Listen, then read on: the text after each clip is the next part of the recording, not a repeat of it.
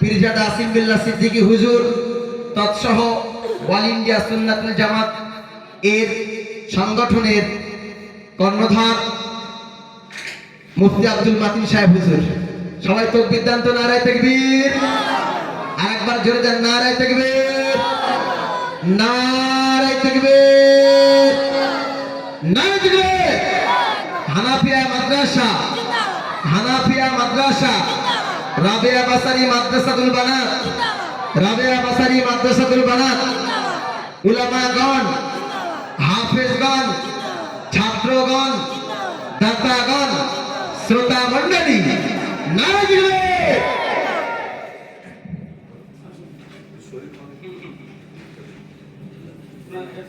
জি আপনি হাত দিলে দাও, ইস্তারা হাতে হাত ধরে হয়ে যাবে।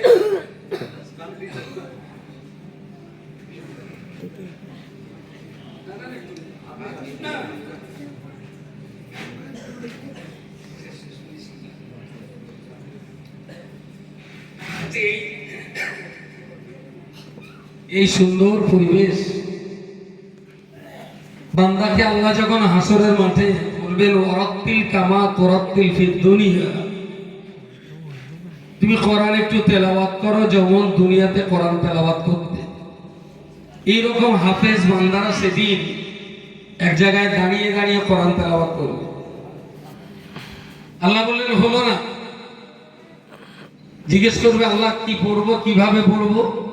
বলবেন জান্নাতের সিঁড়ি আছে, নিচেটা যত মর্তবা, এক ধাপ উপরে উঠলে আরো তত মর্তবা বেশি, আর এক ধাপ উঠলে আরো মর্যাদা বেশি, আর এক ধাপ চড়লে আরো সম্মানের জান্নাত। আল্লাহ বলবেন একটা করে আয়াত পড়ো আর এক ধাপ করে উপরে ওঠো।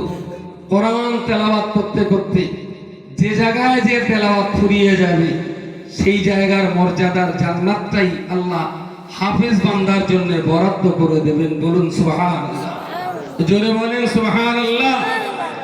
এইরকম হাফেজদের জন্যই প্রিয় রাসূল হাদিস শরীফের ভিতরে বলেছেন এ তো জান্নাতে যাবেই যাবে, সঙ্গে এমন 10 জন ব্যক্তি কুল্লুহুম কদ ওয়াজাবাত, এমন 10 জন ব্যক্তি যাদের জন্য জাহান্নাম ওয়াজিব হয়ে গেছে।